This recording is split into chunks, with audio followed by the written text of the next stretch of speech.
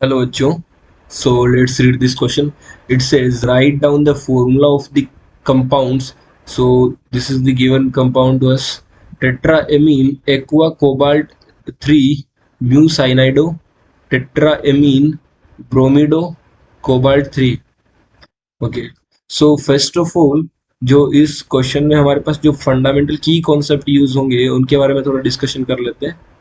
सो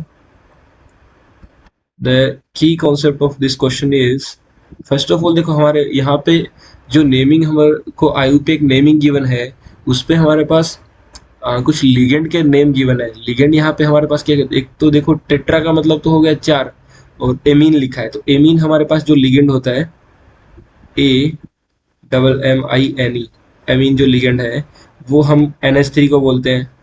उसके बाद में हमारे पास लिखा है कोबाल्ट. ठीक है, कोबाल्ट तो कोबाल्ट मेटल होगा. म्यू, अब जब भी यहाँ पे म्यू लगा हुआ था, उसका म्यू का मीनिंग होता है कि वो लिगेंड जो है हमारे पास वो ब्रीजिंग फॉर्म में है. ब्रीजिंग, ब्रीजिंग, ब्रीजिंग में है. ठीक है. सो एक बात हो गई. अब यहाँ पे लिखा है म्यू साइनाइडो. साइनाइडो क्या होता है, CN जो लिगेंड होता है उसको बोलते हैं साइनाइडो. तो ये हो गया साइनाइडो लिगेंड, इसका CN को बोलते हैं. CN क्या होता है, CN माइनस जो होता है हमारे पास साइनाइड होता है. अब जब ये लिगेंड की तरह बिहेव करेगा तो इसको साइनाइडो बोल देते हैं हम लोग. उसके बाद में हमारे पास है टेट्राएमीन ब्रोमिडो. अब ब्रोमिडो देखो Br माइनस जो होता है वो ब्रोमीन होता है. अब Br माइनस ब्रोमीन होता है, तो इसको जब लिगेंड की तरह बिहेव करता है इसको ब्रोमिडो लिखते हैं, ब्रोमिडो. ये कुछ फंडामेंटल बात है. उसके बाद में तो कोबाल्ट लिखा और 3 ऑक्सीडेशन स्टेट में लिखा है. सो ये यहाँ पे मेन, यहाँ पे जो फंडामेंटल है वो लिगेंड का नेमिंग ही था कि कौन से लिगेंड को क्या बोलते हैं. उसके बाद में जो म्यू होता है, म्यू का मतलब ब्रीजिंग में है वो लिगेंड. बस इतना ही यहाँ पे मेन कॉन्सेप्ट था. उसके बाद तो देखो कुछ नहीं है. अब देखो यहाँ पे लिखते हैं इसका नेम. सो टेट्राएमीन लगाना है पहले अपने को, तो NH3 का होल 4 कर दिया.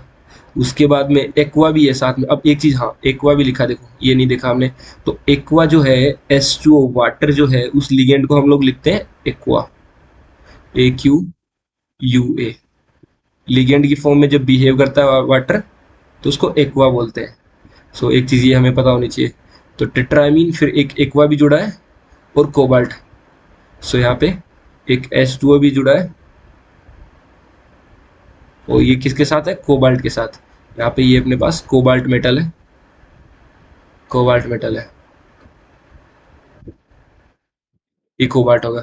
उसके बाद में हमारे पास है म्यू साइनाइडो. तो यहाँ पे साइनाइडो, म्यू म्यू का मतलब क्या है, यहाँ पे ब्रीजिंग लिगेंड हो गया, तो ये म्यू साइनाइड हो जाएगा.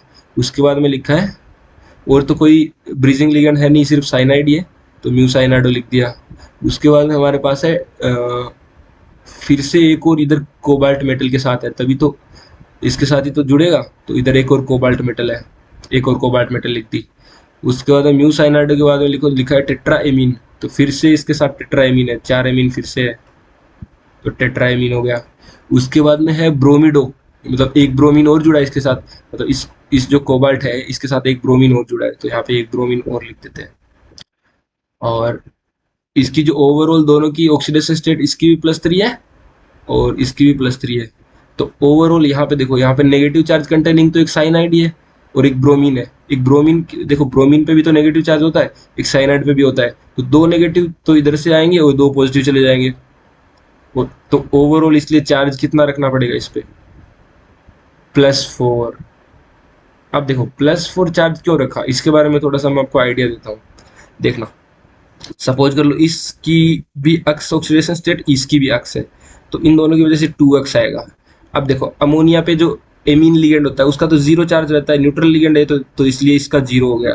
फिर वाटर जो है एक्वा जिसको बोलते हैं, उसकी वजह से भी 0 आता है, वो भी न्यूट्रल लिगेंड है, उसका भी 0 होगा. जो साइनाइड है, साइनाइडो लिगेंड, उसकी वजह से -1. और जो ब्रोमीन है ब्रोमिडो, उसकी वजह से -1. फिर से अमीन है, इसका फिर से 0. ये इक्वल टू हम लोग 4 करेंगे प्लस का, तभी तो देखो यहाँ से 2x इज इक्वल टू, ये 2 उधर जाएगा तो इक्वल टू प्लस का 6, तो x इक्वल टू प्लस का 3 आएगा, तभी तो हमारे पास ऑक्सीडेशन स्टेट 3 आएगी. तो ऑक्सीडेशन स्टेट यहाँ पे 3 लानी है अपने को.